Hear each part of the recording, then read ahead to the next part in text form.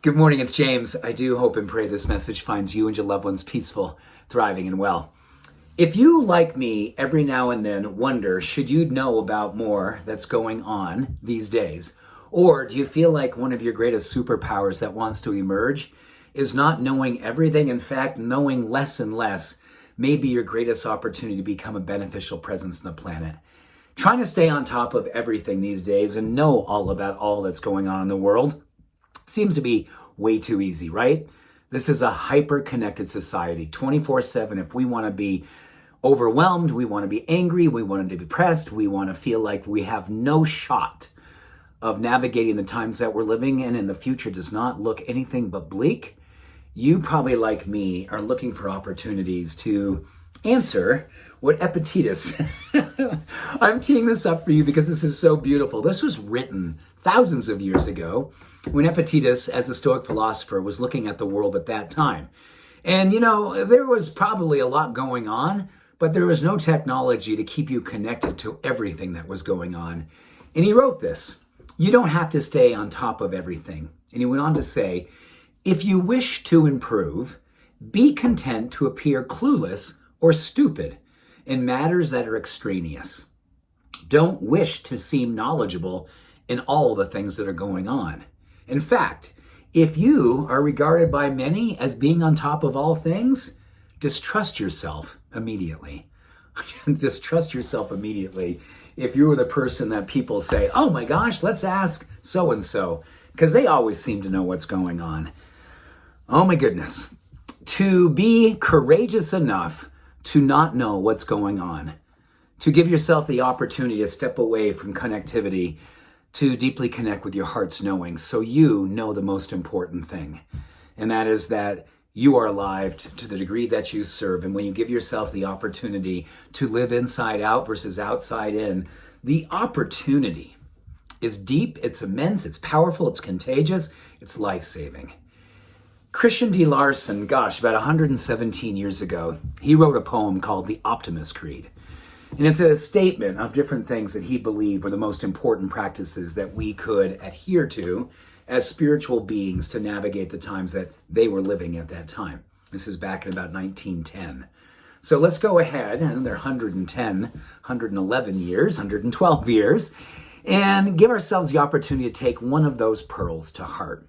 He said, to be so wonderfully consumed with becoming the version of yourself that at the end of the day, you have no time or energy left over to compare yourself, to judge yourself, or feel frightened by anything outside of yourself. Oh my gosh. Take that in right now.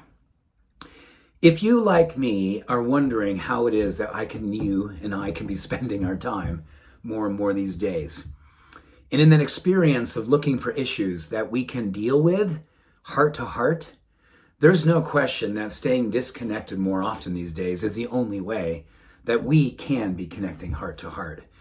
The opportunity is courageous, and sometimes it feels like it's overwhelmingly difficult. But the simple thing is that we can give ourselves this opportunity each and every day when we're reaching for our phone, when we're reaching for the television, reaching for technology. Stop and ask yourself a simple question. If what I'm about to learn out there, is it going to make me feel more peaceful and loving in here? If what I'm getting ready to take in from the outside, is it going to make me more peaceful and loving inside?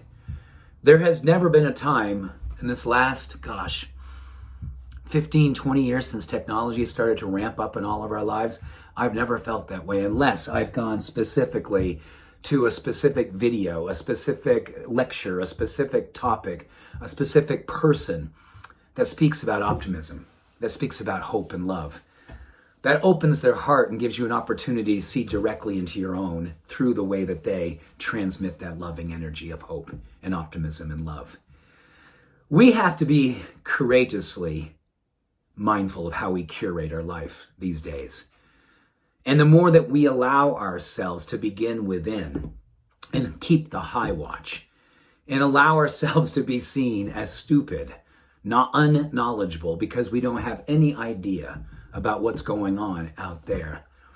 But when it comes to matters of the heart, the wisdom of love, acceptance, inclusion, the power to be someone who's all about building community with all walks, with all faiths, with all orientations, with everyone. Yes, I want to know all about you. I want to know everything about you. I want to know how you do it. I want to follow you. I want to be around you. I want to be like you. So let's together today commit to an idea of living inside out. And let it be our revolutionary act of love. Let it be a beautiful demonstration of possibility. And let us decide heroically to pollinate the planet with that beautiful idea that simply says, if you wish to improve, be content to be appearing as clueless or stupid in extraneous matters. And don't wish to seem knowledgeable. Instead, wish to be someone who others want to be around because of the peace that you beget in them, and then you help them to create around them. With that, I do wish you much love. I wish you every blessing. I wish you a courageous demonstration called you to keep the high watch in you and as you. Much love. Bye for now.